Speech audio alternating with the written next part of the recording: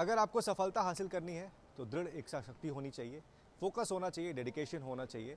फिर चाहे रास्ते में कितनी भी अड़चनें आए, आप उसे पार कर जाते हैं। और इसका जीता जागता उदाहरण है सोनभद्र के राम बाबू। राम बाबू, ये वो कहानी है जो खेतों से शुरू होती है, जो मनरेगा के मजदूर के तौर पर शुरू होती है, जो कोविड में परेशान होकर एक एथलीट ये सोचने लगे कि अब आगे क्या होगा। ये कहानी उस खिलाड़ी की है। मेरे साथ खुद हैं इस वक्त राम बाबू। राम बाबू एशियन गेम्स में मेडलिस्ट हैं।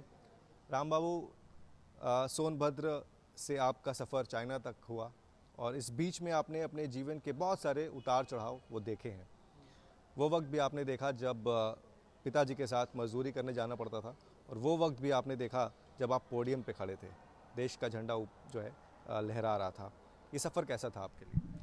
सफ़र काफ़ी मुश्किल भरा था और काफ़ी अच्छा भी था, क्योंकि सफ़र तो सफ़र होता है, सफ़र का मज़ा नहीं लेंगे तो फिर ज़िंदगी का मज़ा नहीं ले सकते। तो सब कुछ अच्छा था।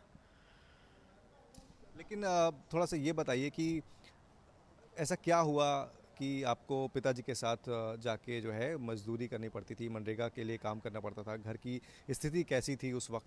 मेरे घर का स्थिति अच्छा नहीं था। मैं काफ़ी गरीब परिवार से बिलोंग करता हूँ, जिसकी वजह से मुझे पापा के साथ काम करना पड़ता था और हाथ बटाना पड़ता था। तो उस टाइम काफ़ी मुश्किल समय था, बट आज सब कुछ मेहनत रंग ला रही है, तो सब कुछ धीरे धीरे आसान होते जा रहा है। पिताजी क्या करते थे, मतलब अभी क्या करते हैं और पहले क्या करते थे? अब पिताजी पहले लेबर वर्क का काम करते थे गांव में, जो भी काम मिल जाए। बाकी अभी जब मैं नौकरी ज्वाइन कर लिया उसके बाद मेरे पापा घर पे ही रहते हैं। जी। उनको तो मैं नहीं भेजता काम करने के लिए जी अब। जी, तो जब कोविड चल रहा था तो क्या उस वक्त ऐसा था कि पैसों की दिक्कत थी, इस वजह से आपको पिताजी के साथ जाना पड़ा, या फिर क्या वजह थी? मैं गरीब परिवार से हूँ, तो जाहिर सी बात है कि उस टाइम पैसे नहीं थे उतने और पैसे कमी थी। फिर मैं सोचा था कि जैसे लॉकडाउन खुलेगा मुझे अगले कंपटीशन की तैयारी करनी है। तो मैंने सोचा कि अगर मैं घर पे बैठूंगा तो बस मेरे पापा काम करेंगे, अकेले कितना करेंगे, कितना कमा पाएंगे। और लॉकडाउन में सब कुछ बंद था, जिसकी वजह से मैंने सोचा कि अगर मैं पापा के साथ काम करूंगा तो मैं थोड़े अपने लिए भी पैसे कमा सकता हूँ। तो मैंने उस टाइम अपने पापा के साथ मनरेगा में काम किया, और जो उस टाइम मेरे को पैसे मिला उससे मैं अपने लिए शूज़ खरीदा था। अच्छा, उससे पहले आपके पास वो स्पाइक्स वाले शूज़ थे, या फिर ये उसी पैसों से खरीदा आपने? नहीं, पहले भी मेरे पास शूज़ थे, नॉर्मल शूज़। हम स्पाइक वाले शूज़ नहीं यूज़ करते रेस वॉकिंग में, नॉर्मल शूज़। तो बट मेरे पास वो अच्छे क्वालिटी के शूज़ नहीं थे उस टाइम। बट लॉकडाउन में जो पैसे मैंने इकट्ठे किए थे, तो उस टाइम मैं उसके बाद मैंने अच्छा शूज़ ले पाया। अच्छा, घर में कितने लोग हैं, भाई बहन कितने हैं? मैं अकेले भाई हूँ, मेरी 3 सिस्टर हैं हम्म। और घर में मम्मी पापा हैं। तो वो लोग सब, मतलब एक चूंकि पापा आपके पहले कमाते थे तो घर का खर्चा कैसे चलता था? पापा कमाते थे तो घर का खर्चा नॉर्मली चलता था जैसे तैसे करके। बाकी मम्मी सब कुछ मैनेज मम्मी ही करती हैं मेरे घर में। तो मैनेज करना थोड़ा मुश्किल था, बट अभी अब मैं मेरी जॉब लग गई है तो सब कुछ धीरे धीरे आसान होते जा रहा है सबके। अब मम्मी पापा की मुश्किलें कम होते जा रही हैं, तो ज़िंदगी अब बेहतर होते जा रही है धीरे धीरे। अच्छा राम बाबू, खेलों में कैसे आना हुआ? कैसे आपको लगा कि यार मुझे ना खेलों में जाना है, अगर मैं पढ़ाई में कुछ नहीं कर सकता तो मैं चलूँ खेल की दिशा में, वहाँ कुछ अच्छा करूँ? देखो सर, मेरे मम्मी का सपना था कि लोग पैदा होते हैं मर जाते हैं, कई लोगों को लोग नहीं जानते, और कई लोग ऐसा काम करते हैं कि लोग उनको कईयों सालों तक जानते हैं, एक अपनी पहचान छोड़ करके जाते हैं। तो मेरे मम्मी का सपना था कि चाहे कुछ भी करो लाइफ में, ऐसा काम करो कि लोग पहचाने, अपनी छाप छोड़ करके जाओ।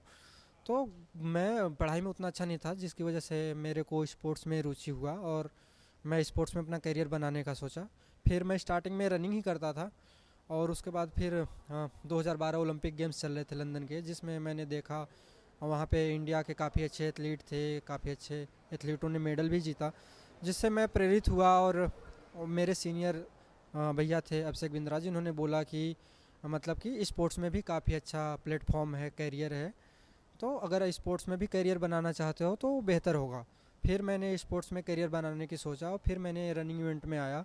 और 2018 में मेरे नी इंजरी होने की वजह से मैंने रनिंग से रेस वॉकिंग में कन्वर्ट हो गया। फिर रेस वॉकिंग में जब मैंने स्टार्ट किया 2018 में मैंने स्टार्ट किया, और मेरा फर्स्ट मेडल 2020 में आया। जी। गांव में आपके कैसा माहौल है खेलों के लिए? लोग, आपको पता है, आपके गांव के लोगों को पता है कि आप इतने बड़े खिलाड़ी हैं? नहीं, मेरे गांव के लोगों को अब धीरे धीरे पता चल रहा है कि मैं इस लेवल पे भी आ गया हूँ आज। मतलब मेडल जीतने के बाद खबर घर तक भी गई है, तो फिर अब लोग अब जानने लगे हैं धीरे धीरे। बाकी मैं काफ़ी पिछड़े इलाके से बिलोंग करता हूँ, जहाँ पे स्पोर्ट्स का इंफ्रास्ट्रक्चर कुछ भी नहीं है, ज़ीरो के बराबर है। तो मैं चाहूँगा कि गवर्नमेंट थोड़ा हमारे डिस्ट्रिक्ट पे भी फोकस करे, जहाँ पे डिस्ट्रिक्ट मीट ही नहीं होती।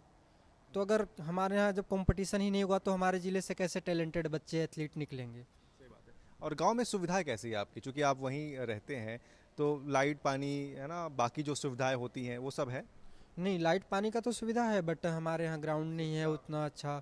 और हमारे यहाँ जो कंपटीशन नहीं होते हमारे यहाँ, हमारे डिस्ट्रिक्ट में बहुत कम कंपटीशन होते हैं। एक साल में एक कंपटीशन बहुत मुश्किल से होता है। अभी तो धीरे धीरे मतलब पहले से अच्छा हो रहा है, अभी कंपटीशन हो जाते हैं।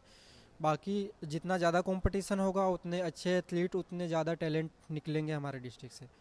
तो अब घर पे सब ठीक है, चूंकि अब आप आर्मी में भी आ गए हैं, ठीक है, और आप परिवार की जो है देखभाल भी करने लगे हैं, तो अब परिवार सब ठीक ठाक? हाँ जी सर, अभी सब कुछ ठीक है। चलिए, तो हम उम्मीद करेंगे कि आपका ये जो अब सफ़र खेलों की दुनिया में शुरू हुआ है वो आगे भी ऐसे ही जगमगाता रहे और आप देश के लिए अच्छा करते रहें।